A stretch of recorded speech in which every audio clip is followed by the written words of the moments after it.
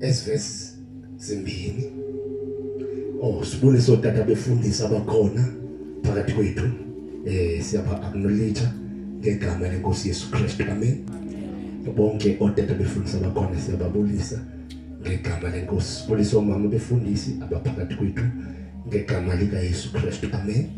Sibulisa fivefold ministry, bonke abapostile, bonke abaphakathi kwethu, prophet, evangelist, zonke izipho siyabulisa ngegama lenkosi Yesu Kristu. Amen.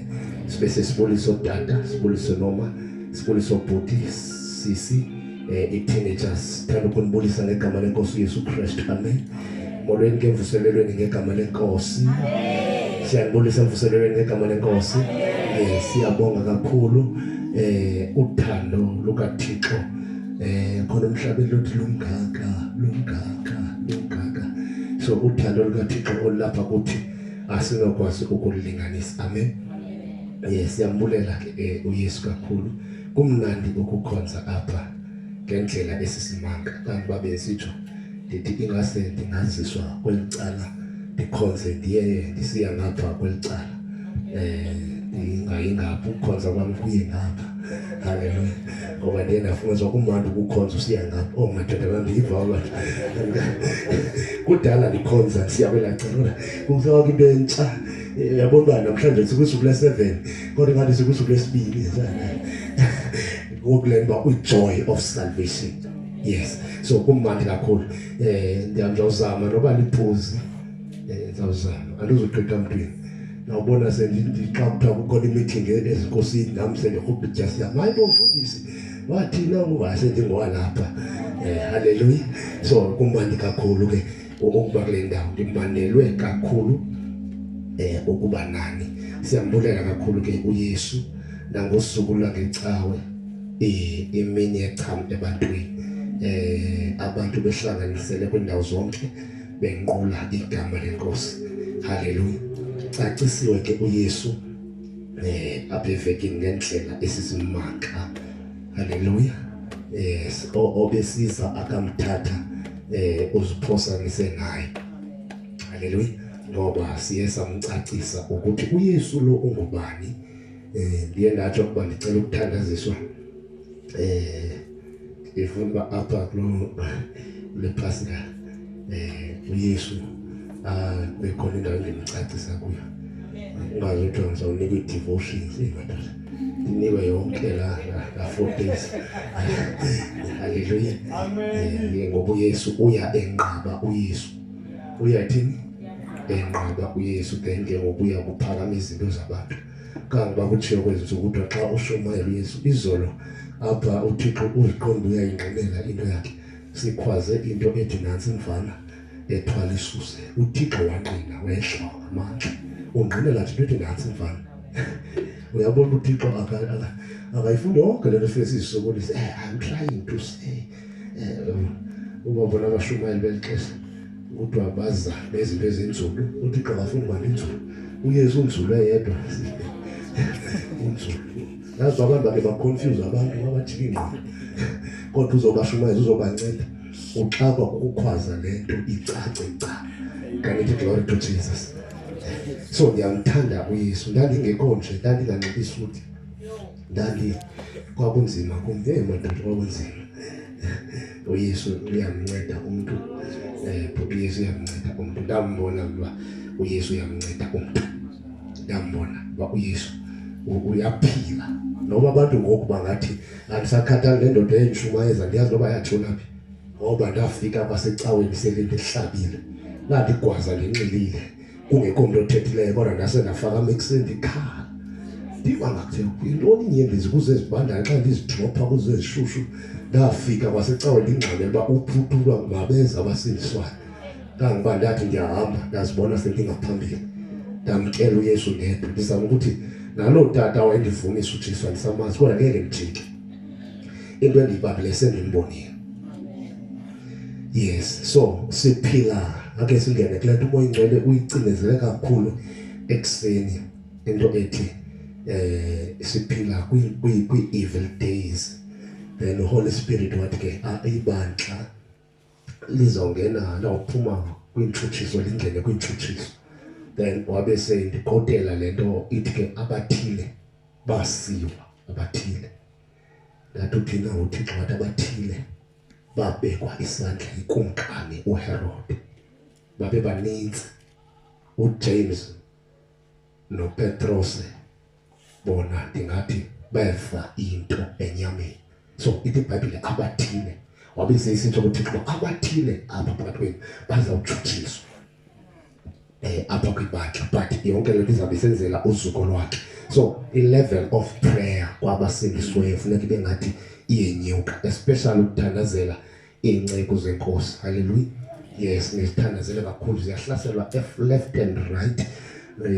Noma kuhlaselwa i-leader automatically nabalaluza bayalimala. So and ukuhlaselwa intoba kubulawa i-calling immediately kusifa ubizo umuntu uyaqala uba nochuku ukuvela amagagade.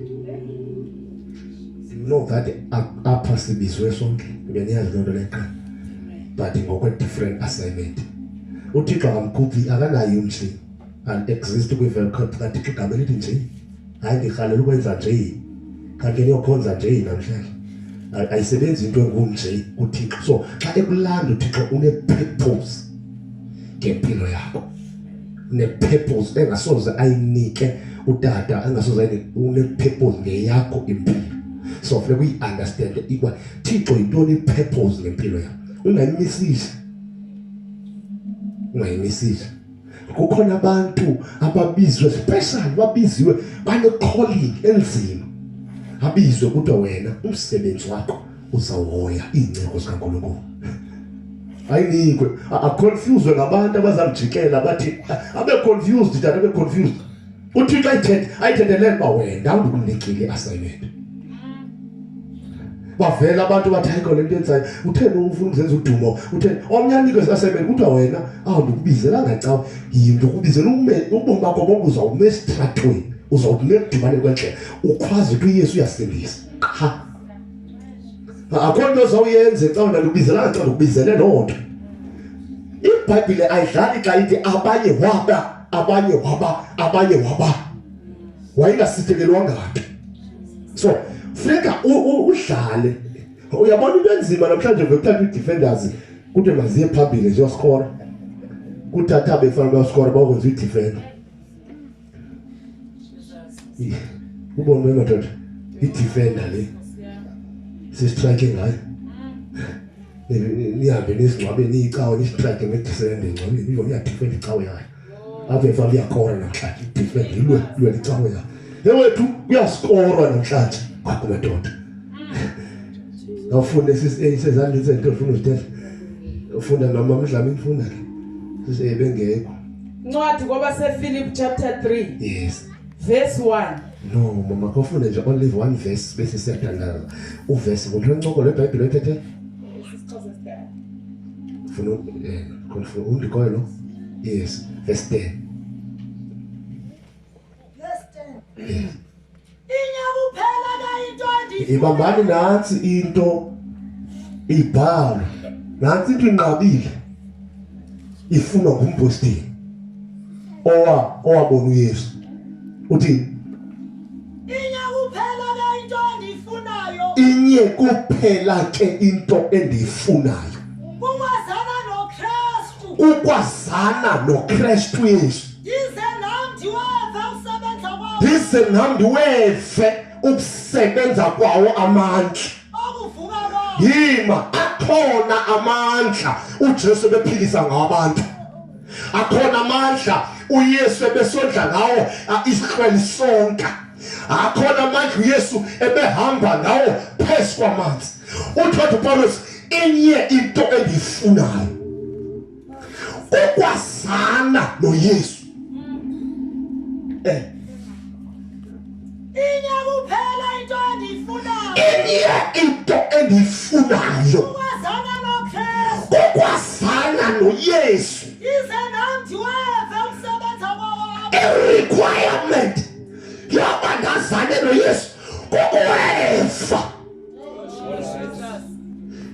Yima ithe uPawulos ngithathiwe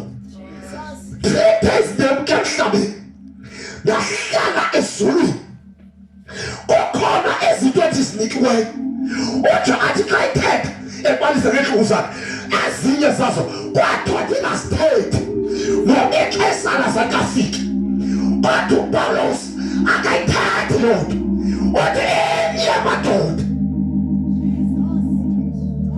akwandoda eBhayibhileni enamabandla ukogqitha uPawulos. Hayi, amabandla aseKorinte ngawakhe. Alibandla libhalelwa apha lelakhe. Ibandla lase-Efes, ePhasko, eGalati ngamabandla akhe. uPawulos yindoda akulalinganiswa emhlabeni. Uthi yena eThebe ebhala kwincwadi yamaGalati, ngasuka eDamasco after 3 days ndasiwa eJerusalem. Uthi ngahlangana uPetros, uJohn, uJames, the pillars of salvation. Ngexesha after 14 years ebuya eDamasco, abapostile bemvala ubangathethi noPetros akasana ndaba. After 3 years wathathwa wayahlanganiswa noPetro. uPawulos ubhala amazwi, enye into endiyifunayo ukwazi uYesu. Enye ndibila ndisoma. Hey, waze watyhilekela uPawulos. Ndahlanyuka ndikandaphathwa noSilas ndafana ngathi andiqhayisi ngaloo nto, kodwa andiqhayisa ngayo kukwazi uJesu. Ndimani bantu basekhasini ekabambelayo entwana eziphathekayo siyaphelelwa. Ndimani bantu balapha engafuni ukwazi abashumeli bayaphoxa, kodwa uPawulos waba ne-understanding. Ndingangayazi ngawe, ndingangasazenzi izinto, kodwa Jesu enye kuphela. Lana ndoda mandiyazi, ikawe ndingangayazi, kodwa le ndoda umthatho iprofeta zingadidlula, kodwa enye amadoda ingazingandidlula. Enye kuphela into engadidluliyo, enye kuphela. Kungafani.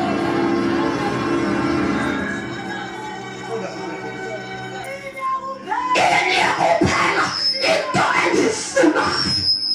Kodwa mthana, enye into endiyifunayo. Enye into endiyifunayo. Ekhaya kunazinto zonke.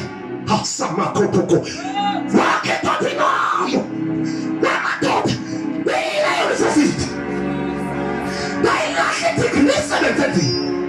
Enye into endiyifunayo ukwazi wemamani ndiyazibona ecawe, ndiyababona ubishop, ndiyababona abafundisi bedlulela amazinto, kodwa ngoku sendifuna yena namhlanje ndisakuthi akasedlula ecaweni, akasedlula kubafundisi, akasedlula kubishop, akasedlula kwimoto zethu, akasedlula emalini, kodwa sithanda kwimpandla yomlibakalisi yokholo lwethu. Enye into endiyifunayo, enye into endiyifunayo, enye into endiyifunayo, enye into endiyifunayo, inye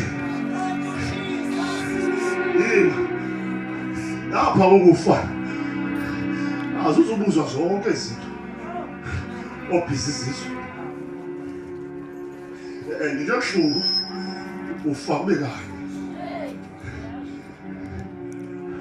Ndike ndibeve abantu ufike bengqina athi ndasuka ezulwini, abafana nenhlahla athi ndafa, ndathi ngasenza ungcwatywa senziwa nasemoshwana ndavuka. Oh, kondihleli izulu ngithe mhlahla. Athi xa ithetha ngomntu xa umlandeli lifestyle yakhe ayithi wabona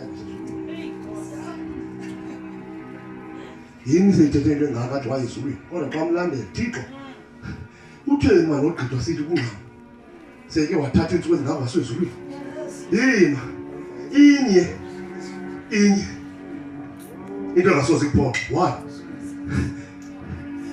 madoda ingase apha kungavuka uhlobo labantu abazothi inye into endiyifunayo kugamazwi abhalwa sisigebenga akuwayekela kaJohn awusose ngwakode mashumayela sigodwe sisi la kaJohn masose siwayeke kanje sasaphinde sidibane malanga ake ngigcile kulento uPaulos lo obhala ngamazwi wayengumbulali andinexesha uPaulos aguquka ngalo zange asunyayizwe into ithi iBhayibhile wayeseDamasko ephethe ileta uPaulos wayikhohlakele funda xa ufunda incwadi yezenzo zabapostoli chapter 6 apho kubulawa khona uStefan ithi iBhayibhile zathathwa impahla zikaStefan zanikezwa uSawule umfana onguSawule which means uSawule lo wasekudala ekhohlakele ngexesha eguquka ehlangana nombani wayephethe incwadi zokuthuthisa amaKristu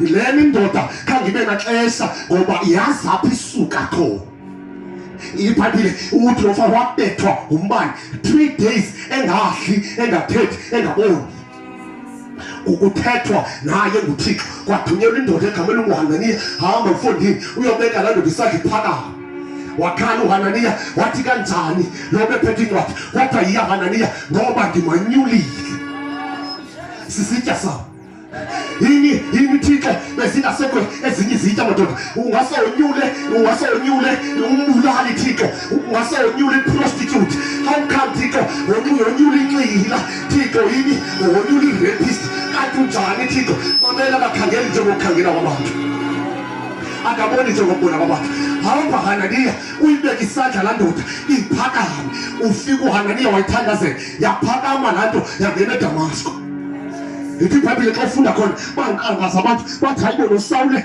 seyingomnye wabaprofeti na kukhona abantu abathi xa bephakama befuna ukwenza izinto zikaThixo uvela uhlobo ethi hayibo nobani seyingomnye seyifana nabo yimadatha xa isiwa le nto le emhlophe ningena elalini niphila le nto benini bazawubuza abantu hayibo noNamba na seyingomnye wabaprofeti mamela bakwazi ukuba wena usuka ithi iBhayibhile wangena washumayela uma eshumayela bamulwa waliwa naze-apostles kwanyanzeleka ukuba kuvela indoda enguBarnabas yamthatha uPaulos yamfaka yamintrodusa kwibandla laseJerusalem ezona headquarters zabapostoli babeshumayela babuye bazosela eJerusalem wamintrodusa khona kodwa makahlale phansi ngoba uyafika uBarnabas wamthatha wamintroduce wamnika indawo washumayela listen here waqala amabandla uPaulos wokha amabandla uPaulos wabethwa uthi nabethwa 40 lectures minus 1 uthi ngafaniswa noKristu uthi indawo xelisani mna ngoba mna ndixelisa uKristu zikhona izinto uPaulos ebenothi xa ihleli abooste ngazo zikhona izinto ezibalulekileyo uPaulos ebengaziphetha kodwa uPaulos wa-understanda kukhona 2020 ekuzofuneka kube kanti nahlangana naye wayazi uPaulos uba kukhona la maxesha ekungazudingeka theory kodwa kuzodingeka i-experience ngoku senze bhala usentolongweni eRome bhalela ibandla lase-Efesi bandla ndini elincomekayo inye into endiyifunayo into endiyifunayo inye ukwazana noYesu Kristu ngizothi namhlanje sesigoduka sithandaza before ukhule ekwazini izinto ezisurrounde uKristu ale ufike kuye. Before uxabise igift ebekwe kuye ale ufike kuye. Before usumayala fika kuYesu. Onasesapho oPawulos umayasithi inye into endiyifunayo ndikwazana noYesu Kristu. Bomama inye into masilambale ukwazana noJesu. Inye into ngophelelo ukwazana noYesu. Kuzomaxesha apho abantu bathi ndabaneni siwalani. Kuzomaxesha apho abantu bayafuna ukufa iinqawa zivaliwe. Kuzomaxesha apho abantu bayawukhangela abafundisi bangakho abafundisi. IBhayibhile isazokhathwa wahluthwa kude iqhawa zizawufakwa kude bakathathu ngegama lenkosi.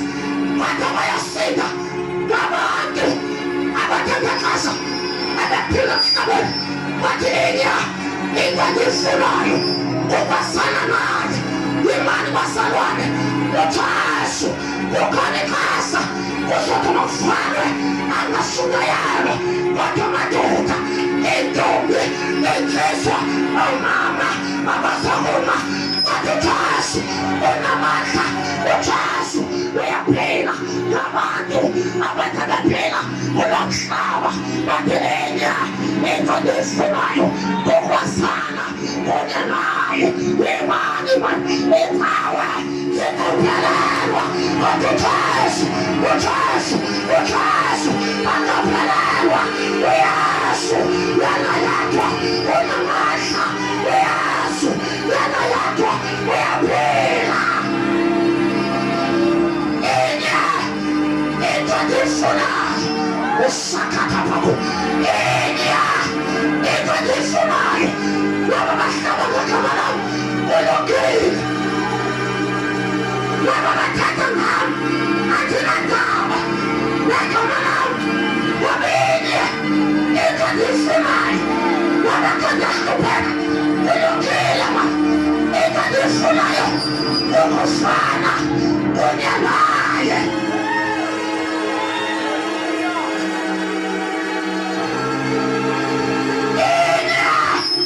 Into masilambane. Inye into masikhankane. Inye into masiyifuna ukwazana. Umnikeni imayikhi usisileyo afuna fundela. Ndifuna ugoduka usaka mahandoko hiri mahandoko soka. Oh Jesus. Ona mahandoko. Hallelujah. Hori mahandoko. Oh yes Lord Jesus. Jesus. Hallelujah. Inye into endiyifunayo. Oh yes Wathi Jesus. mthetho inye into endiyifunayo. Hallelujah. Inye tata into endiyifunayo. Oh Inye Jesus. madoda into endiyifunayo. Kwezinto ezifunwa ngabantu inye into endiyifunayo. Umuntu akhawulezisa funa ukuthandaza. Inye kuphela into endiyifunayo. Inye into endiyifunayo ukwazana noKristu. ukwazana noKristu. Ndize namhla Amandla. Oh Jesus.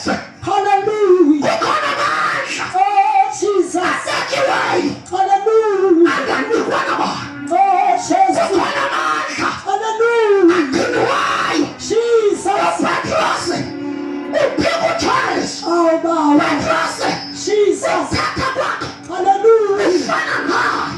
Andiyazi le ndoda. Oh Iwaso Jesus. yakho ifana naye. Jesus. Petrus andiyazi le ndoda. Hallelujah. Bakazi kudlala. Samanya. Sibona uPetrus. Jesus. Emile. Atunguye. Oh Nkosi. Lona mhlaba. Jesus. Kanjani Petrus? Izolo kumphika.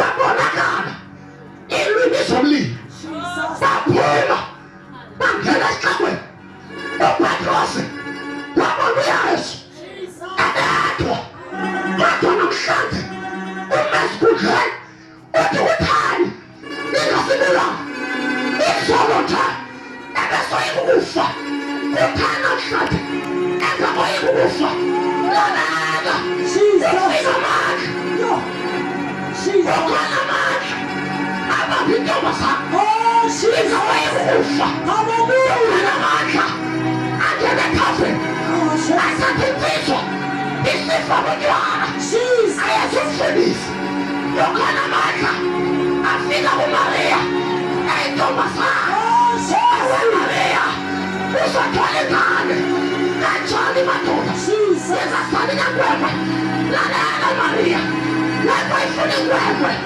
amandla akabuhla athi wakho athi namandla athikho basenyangweni basalwane ukhona amandla nazelatha asibuhla ukhona amandla asisutha wena bafilayo ukhona amandla afilayo ukhona amandla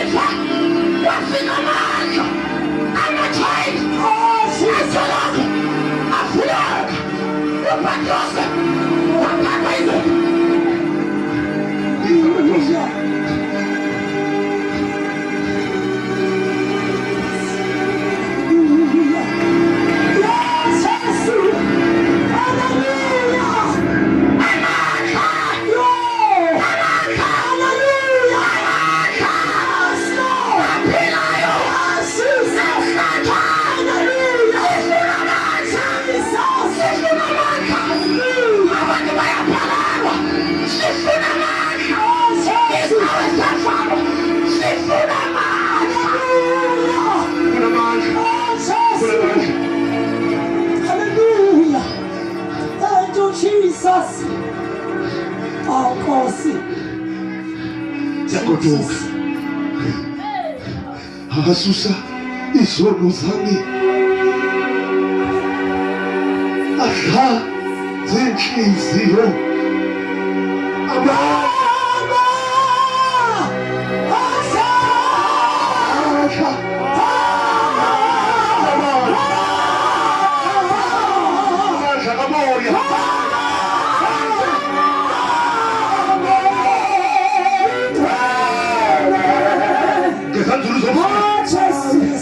amadoda amabili umzimba ugcwele izilonda bethi ezanzuli zobusuku engenandlela yokulala esametini urakhandoromoshikata angenqa ngekhala ithi ibhadi lahlabelela indumiso umehlabelela indumiso kwasuka amandla asenyangweni afike ethele izikhiya zethele zivaliwe afika amandla ngoba xa efikile amandla ijeli yavuleka bamthatha uYeremiya bamfaka engqonyeni ithi ibhayibhile afika amandla esengqonyeni bemfake phakathi ecaweni wakhutshwa into angayaziyo ukhona amandla amadoda azawufika namhlanje amandla xa efikile abantu indoda engenagama ayinike igama ukhona amandla avalelwe ezicaweni zethu ukuba nga-operate sikhonza nabathakathi uvalelwe amandla sikhonza ne-devil worshippers uvalelwe amandla siluka ngamasodwa asilohlobo lalukana thina sinehlobo lodedela amandla abangekho right baphume asilohlobo lwabona abantu sinihlobo lodedela amandla ukhona amandla engawabona ngomhlaba Pentecost bethandaza basizulile ukhona amandla aphilayo emhlanjwa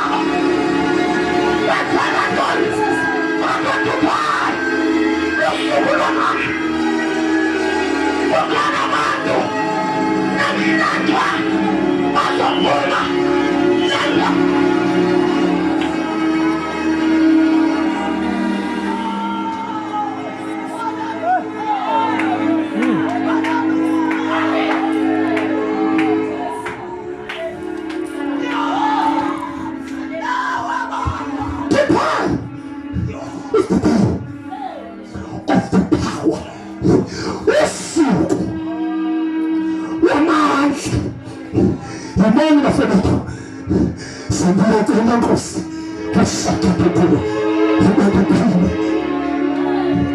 namandla ngiyaphinda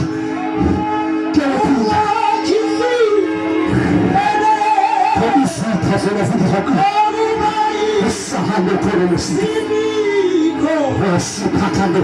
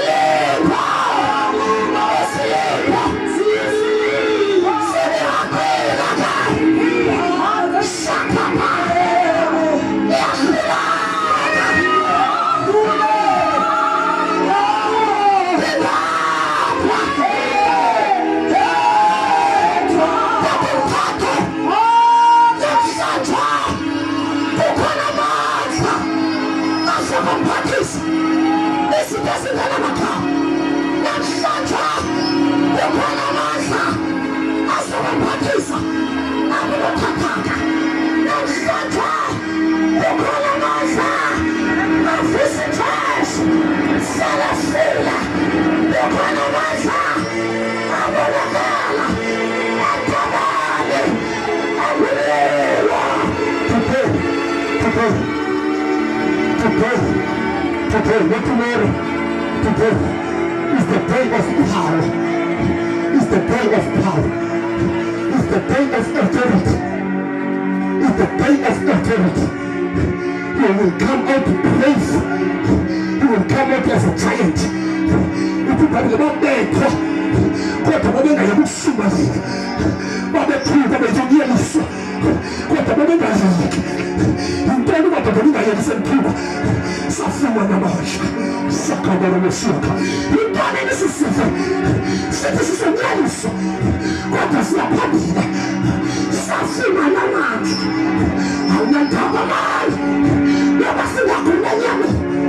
What the people? Wakona maisha. Wapika sana mwini. Akona maisha. Afika dema saleni. Ila kwa superi mtuhele.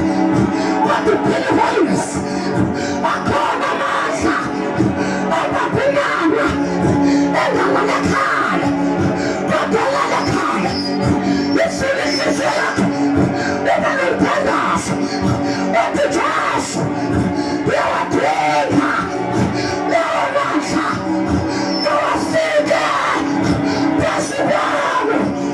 Yesu. Yawafika. Look at the wife. Look at the wife. Look at the wife. Akatatina wazinto bonosi. Akatatina kwasikhathi yakho. Uthi inye into lefunayo. Ukwazi Yesu tu. Uthola yefe. Amandla. Wife.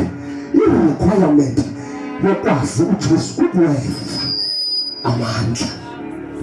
Ukhona amandla namhlanje sizawaphephela wakithile tete ukhona amandla athi icebo lingekho athi kuzolunga phosol khona amandla izinto zikhangeleka ingathi ngeke zijike nabantu baze bazoprofeta sisifa abantu kodwa uzibona usengxakini uyazibona lento ikhonza yaphilanga kodwa uthi xa umele zenze uzobusuku bekhona into ephakama uhambe ngoba incwadi yakho ikavala usakapha ngoku uphuma sinye kuphela into endifuna ukwasana noKristu ibewefe amandla ibewefe uthi namba 3 kuyanomcacelwa kumbandezelo zakhe abethekwa ezimbandezelweni azithe sibahlelayo simbandezelo Udala uhlelo zimbandezelo. Ufumene into ephilileyo. Umuntu ofumene into enamandla. Uhlelwa zimbandezelo zakhe. Seningathenga azinehlela ezitho. Kodwa zenazi ungenxa yamandla. Nosuku lwakhe. Sokhalaza kasohle. Siphinga. Sisela. Understand. Bamthuke into bakukhona amajijile. Xa ngekafiki amandla soli. Xa ngekafiki amandla uyaphepha. Xa ngekafiki amandla uyanqanga. Xa ngekazame Yesu umama babantu bathini ngegama lami. Uyaphanda. Wentweni zonithi akuhlangana uJesu. Xa uhlangene naye uyasilinda manje izinto zize kuwe. Xa siya kwesizwe namanje. Uthi hayi uthi bayeke ba-understand abe. Bebethethiswa kungaqondi. Bayeke wasikhonza uThixo thina. Yakwanikwa amandla. Yakwanikwa inye into endiyifunayo. Kukwafana noKristu. Izinto ezifunwa ngabantu ufuna ukwazi uYesu. Kwizinto ezilandelwe ngabantu, kwizinto ezixabisekileyo ufuna ukwazi uYesu. Enye into endiyifunayo asiya zomandela. Kodwa mna Namba inye into endiyifunayo. Ukumazi uYesu. Uyesu yalandela. Uyesu yafuma. Uyesu uyathandazela. uJesu akathileki nakubani na. Uhamba nabafundi bakhe. Uyabamisa. Bathi abantu ndikuba ungu-Eliya, ungomnye wabaprofeti, unguMoses. Ke mina nithi ndikubani? Bathula behamba naye. Wavela indoda egameni nguPetros yathi wena unguKristu. UKristu yamdela igama elithi Yesu. uKristu waqala ukufika. Okokuba kuprofeti u-Isaya wathi kwinzala kaJesu kwavela igatshana nakuDavide uKristu. Okokuba kuthathwe ngakho intalento ethethwa nguPetros. Wethuka noYesu wathi uPetros lobethetha ayisuki kuwena intsha. Ngoba uYesu wayicela inyama. Yesu kwathetha inyama xapha Yesu. uYesu lanto yayancathwa kuJudas Iscariot. uYesu lanto wayengekemngcwaba uKristu akafi. uJesu lanto babeyibetha wayebetha uYesu kodwa uKristu owayephele uYesu wabengasoze bambamba. Uma uJesu esiya emnqamlezweni kwakuyofa uYesu ukuze esipande kuKristu. uYesu zangafe ngethemba sikho lapho. Bese ukhangela isaveshini sibheke komaJapan sihambe siye koPersia sikhangela ukuthi siyayifuna kodwa bethe uJesu sifa wa-expand kwavela uKristu. Inye into endiyifunayo ukumazi. Inye into endiyifunayo ukumazi. Inye wena sindiswe kulemvuselelo yepraya ukumazi. Umthandazo wakho pheke ufuna ukumazi. Ilala uhamba uphangela inye into endiyifunayo ukumazi. Ukumazi.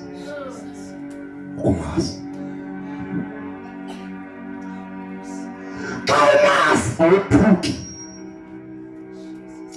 iBhayibhile ethi bona yonke abafi befela kuKristu ngoba ubukumkani bayabungcamula.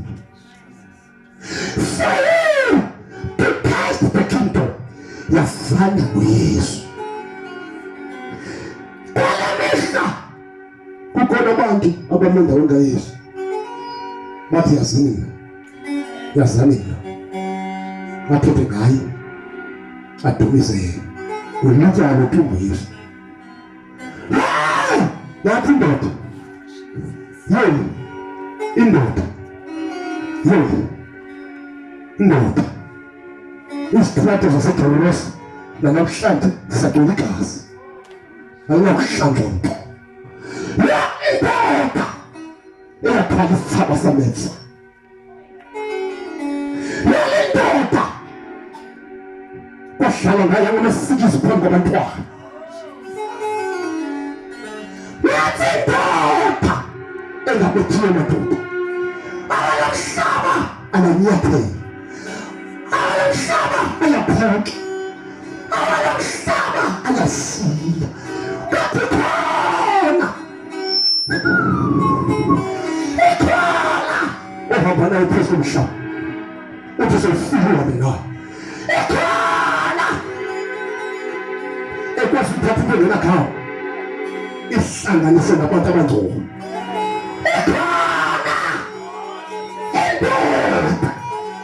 ekwazi ukungena apho kungenzeka ibantu khona mesibhosela akusekho nempunto ekhinkasela kuyenzeka inceba ngenxa yalo lapha kuthi bavuyile kuthi akwazela umethi ibhosela ngena munyeyo kodwa nendoda kuJesu yangena ezimpukaneni yangena phela umethi ibhosela uyindlela yakhe lehlala phahlala phela kodwa uJesu wafika Yamahandelo mesika ulendoda eBhabhiloni eyahlala ethini laseBhetesda iminyaka ingena mncidi umaseweJesu uthi mfowethu yafuna na ukuphila ithi le ndoda athinamuntu kubani into lapha eBhabhiloni kubani into lapha athi Namba namhlanje athinamuntu sabeni ukhona uJesu owafa endaweni yakho ukhona uYesu okalekisa ngenxa yesono sakho kuphela into ebifuna